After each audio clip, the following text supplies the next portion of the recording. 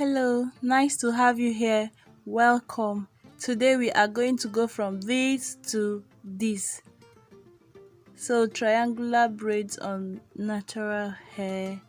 I watched a video that helped me with triangular pattern. I learned something that I have never known from this video. The lady mentioned in the video that you should always start with odd numbers of triangular patterns when you're making your braids. So the first section should be like 3, 5, 7. You get what I'm saying. I am going to, okay, that's her vanity, her braiding or hair pattern 101. That's the title of the video, hair pattern 101 or something like that. Check her out.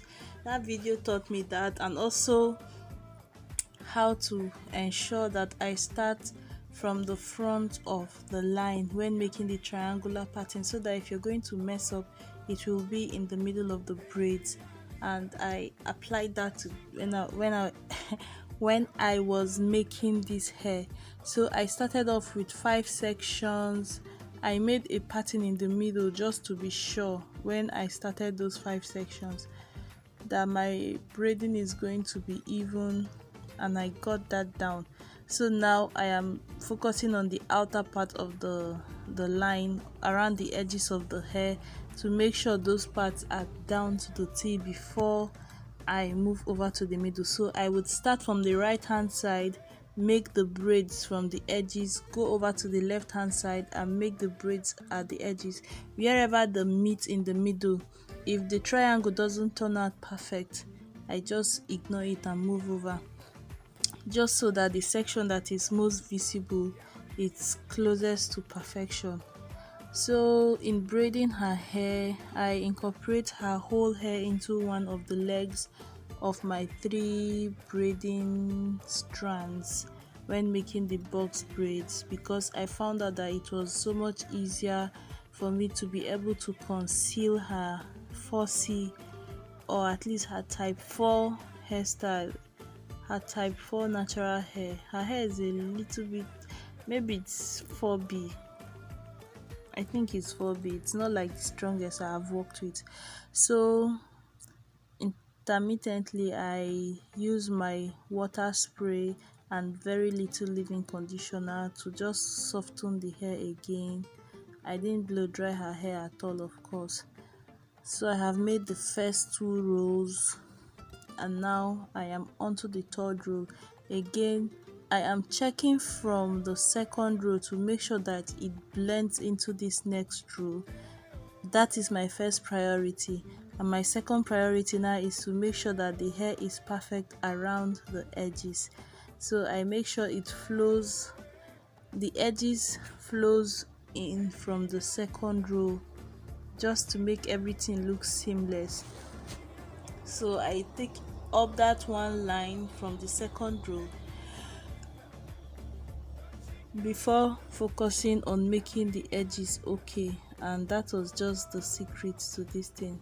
I think I messed up a little when I went over to the upper row you're going to see in the video, which made my triangles to be like obtuse triangle just like very just the triangle had an extremely long base. At this point my triangles were still perfect, but when I moved over to the next line, you will see my triangle became like the base was too wide and then the height was shortened, so it was like a long short triangle, which shows that I haven't perfected this braiding pattern to the T. I believe that if I braid this hair one more time, this triangular pattern one more time, it will be perfect. I just noticed that mistake and I now know how to avoid that. So I will explain more when I get to that section. So we just continue braiding. I again make the triangles around this front. I do not film the left hand side of most of my tutorials because that section is just very dark. When I try to film from there is no light coming in. But everything I do on the right hand side, of course I repeat on the left hand side, even though I do not film it. It's just exactly the same thing. Sorry, I am yawning. This is midnight, and this is when I have time to do my voiceover. Everywhere is so quiet and I am not busy. So I get this down. As you can see, the hair wasn't sticking out crazy. When I got towards the middle of her head, where her hair was really thick, at some point I had to shear her natural hair into two of my braiding strands, and when it was bad, I had to shear it. Like when the hair was extremely thick, I had to shear it into 3 sections. But I am not using the rubber band on this hair, but I try to make my, like when I am starting my braiding, I make it feel as if I am using a rubber band, because I would like twist the hair first and gather it together. Watch, you see, I twist it first, gather it together, putting my invisible rubber band to hold the hair together before I start braiding. I do not cross. That is it. That's my invisible rubber band method.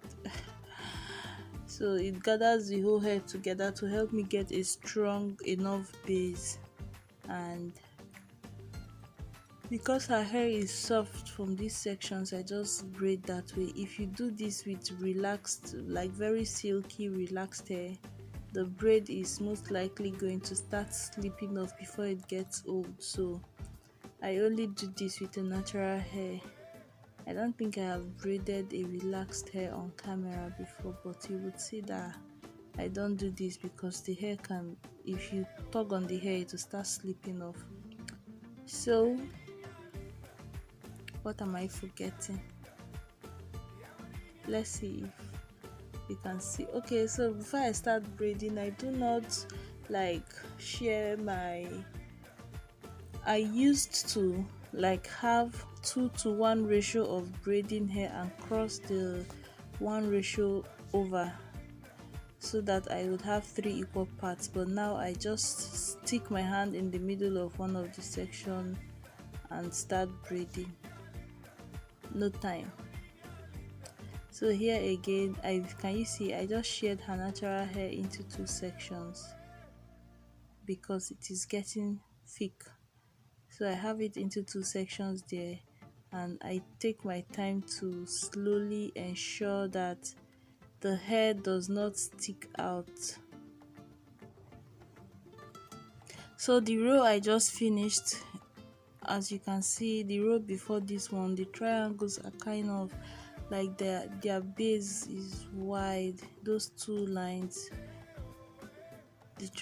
where I have those 2 long ass looking triangles, they are just too wide, and I think I could have started like the stroke of my triangle in the reverse way. I think that would have fixed my problem. I can't wait to make this hair again, just to check out and be sure that I have learned one more thing on making this hair perfect. So we move, we keep moving. So when I get to where her natural hair terminates, I try to slowly tuck in her hair into the braid so that you cannot tell this braid was done on the natural hair.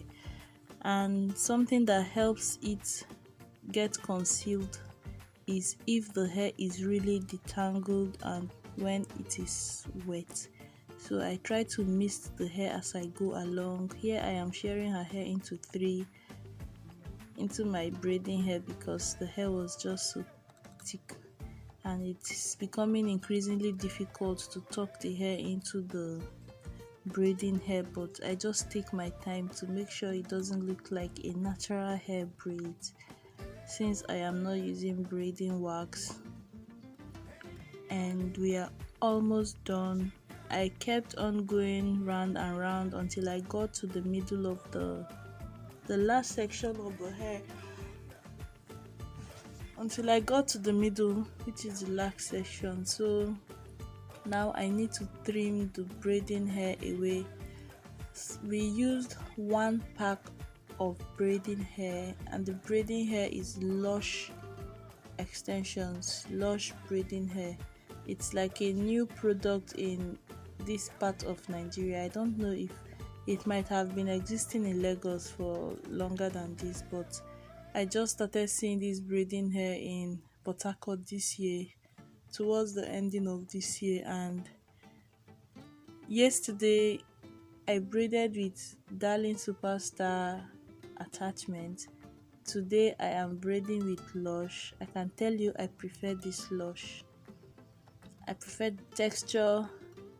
I was complaining of how silky the Superstar braiding hair was yesterday, but I also mentioned that it looks as if the textures are not consistent all across the packages. So all through the different batches of braiding hair, like once in a while you will come across some weird texture like that of yesterday, but I used to love Superstar until yesterday.